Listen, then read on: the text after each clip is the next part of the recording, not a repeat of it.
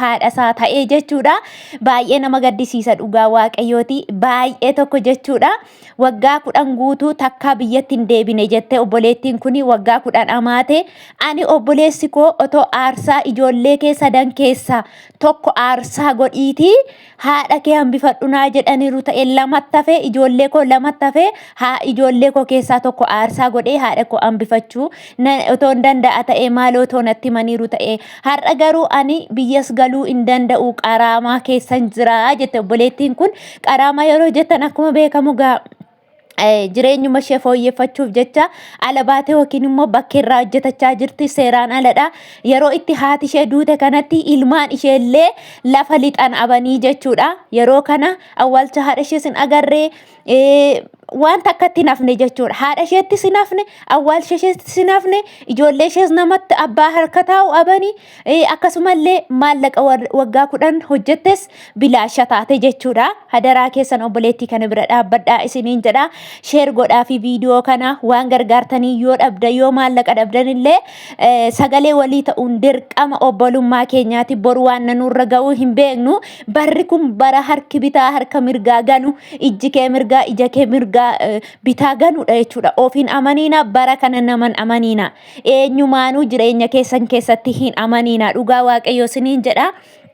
Warri kanaan dura taatan mudannoo akka kanaan mudamtan maallaqa keessan maatiitti kennatan firatti kennatan adaadaatti eessumeetti obboleessatti eenyutti kennatan jechuudha. Jechuun namni hundi tokko miti. Namni hundi obbolaan hundi obbolaa tokko miti jechuudha. Isheen amma akka amma obboleettiin kun jechaa jirtutti haati kiyya ilma torba deessette. Dubartii takkitti anaan deesse ilma torba deesse keessaa ilmaan 3 jalaa du'anii jette. Ilmaan 3 jalaa du'anii ilmaan 4 guddatanii fi dubartii keessaa immoo anuma tokkitti kanadha jechuudha. Garaan haadhaa buburreedha. Garaa tokko keessaa ba'eetu namni hundi tokko miti jechuudha. Jechuun namoonni tokko amma maallaqa obboleessa harka kaawwachuu dandeessu, obboleettii harka kaawwachuu dandeessu, haadha harka kaawwachuu dandeessu, abbaa harka kaawwachuu dandeessu. Garuu obboleessi keessan akka obboleessa ishee ni ta'a jechuu otoo hin taane maallaqni sheexana. Maallaqni yoomiyyuu sheexana jechuudha. Kan nama walitti naqxu kan obboleessaaf obboleettii kan firaaf fira daarii dambar kan walitti dabarsitu maallaqa jechuudha. Kanaafuu warri amma reefu deemtan jechuudha. Dhugaa waaqayyo waan barbaadan ta'a. Akkaawuntii mataa keessan baafadhaa adeema. Yoo argattan irra gashadhaa. Gaafa maatii keessan gargaaruu barbaadan kuni gargaarsa keessanidha jedhaati. Maatii keessan gargaaraa malee walitti isin naqa jechuudha. Jaalala walii qabdan sana jibbatti isin jalaa jijjiirte jechuudha maallaqni. Maaliif jennaan namni gaafa rakkatu maallaqa sana fuudhuu hin dhiisu jechuudha. Ati maallaqa isaan harka kaawwatte maatii kee harka kaawwatte maallaqa ennaan tokko gaafa asirraa rakkinni tokko qabee gaafa dhukkubsatu tokko gaafa rakkatu tokko gaafa beela'u tokko gaafa daaru tokko gaafa ayyaana kabaju tokko gaafa waan tokko ta'u maallaqni too isaan harka jiruuti gonkuma isanii siin kaahanii siif maallaqa kee hin qusatan jechuudha. Gonkuma agamu yoo si jaallataniyyuu jechuudha. Rakkannaan kana goonee nutoo gaafa akkasii rakkannee kana goone siin jedhu malee jechuudha. Kanaafuu adaraa keessan of eeggannoo godhaan nama tokko nama lama miti jechuudha. Namoota baay'eetu haala kanaatiin wantoota gochaa akka kanaatiin jechuudha. Kan haadha isaanii dhaban haadharraa adda ba'an maatiirraa adda ba'an kanaan dura argitaniitu qeesii tokko jechuudha.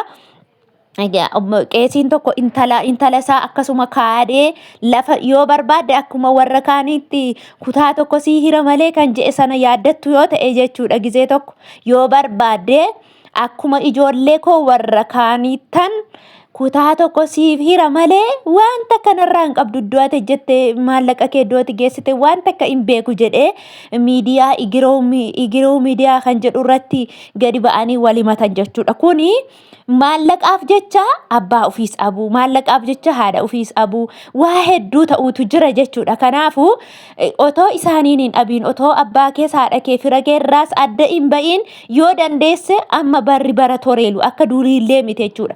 Namni tokko yeroo biyya arabaa deemu akkaawuntii mataa isaa baafatee deemuu ni danda'a jechuudha. Duratti illee hin danda'amu. Duratti tokko akkaawuntii mataa kee baafattee deemuu hin dandeessu. Lammaffaa akkaawuntii irrallee maallaqa gashachuu hin dandeessu. Hidhaa baay'eetu jira dur.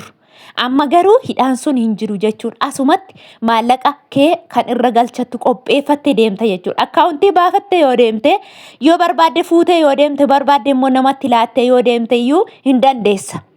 Akkasumallee tiraanisferii moobaayil baankii banattee illee deemtee achi teesseeti illee tiraanisfer abbaa barbaaddeef gochuu ni dandeessa jechuudha. Barri amma bara teknooloojiiti, bara bareedaadha jechuudha. Bara kana keessa baay'ee walitti nama bu'insarra isa kana isinii wayya, isa kana filadhaa isiniin jedha. Keessaafuu warri amma deemaa jirtan, warri dur taatan immoo isa dura ta'ee jira. Gara fuulduraatti of eeggannoo godhadhaa, maallaqa keessan of harkatti seef godhadhaa isiniin jedha. Obboleewwan kiyya qaalii yaadaa fi dogoggora qeeqa jiru dhiifamanaaf godhaa isiniin jedha. Obboleettii kanaaf immoo hanga dandeessan karaa dandeessaniin ishee bukkee dhaabbadhaa. Yoo illee maallaqa dhabdan kadhannaa keessaniin ishee bukkee dhaabbadhaa. Biyya ormaa keessatti du'aa haadha ofii aga'uu jechuun baay'ee tokko nama gaddisiisa. Waa baay'ee abdee obboleettiin kun waan tokko bichaa miti. Ijoolleen ishees jalaa tamsa'anii maallaqa ishee hojjette ijoollee ishee keessatti bor mataa ishee gadi qabattee jiraatullee haadha ofii malee namni ilmoo ofii namaa danda'u hin jiru. Yoomiyyuu taanaan haati ofii dandeessuudha jechuudha. Haadha ofiiti kan ilmoo namaa danda'u. Eenyuun har'a ilmoo 3 namaa fuudhee namaa guddisu hin jiru. Isheen immoo ilmaan ishee guddifattu boru keessa taa'ee immoo ufee ilmoo sana iyyuu immoo barsiifadhee guddifadha kan jettu iyyuu immoo kan keessa teessee guddifattu iyyuu immoo hin jiru jechuudha. Waa baay'ee baddee jirti. Biyya isheetti deebi'uufis immoo har'a maallaqa meeqa baastee akka gara seeraatti deebitee biyya kanatti deebitus baay'ee ulfaataadha jechuudha. Gaafa mana madaamii irraa badan gaafa achi maallaqa sana barbaacha wanta kan namatti hin fakkaatu, wanti gidduutti namatti dhufu hin beekamu jechuudha. Adaraa obboleewwan kiyyaa of eeggannoo godhaa adaraa keessan isiniin jedhaa. Turtii gaarii isiniif haa ta'u.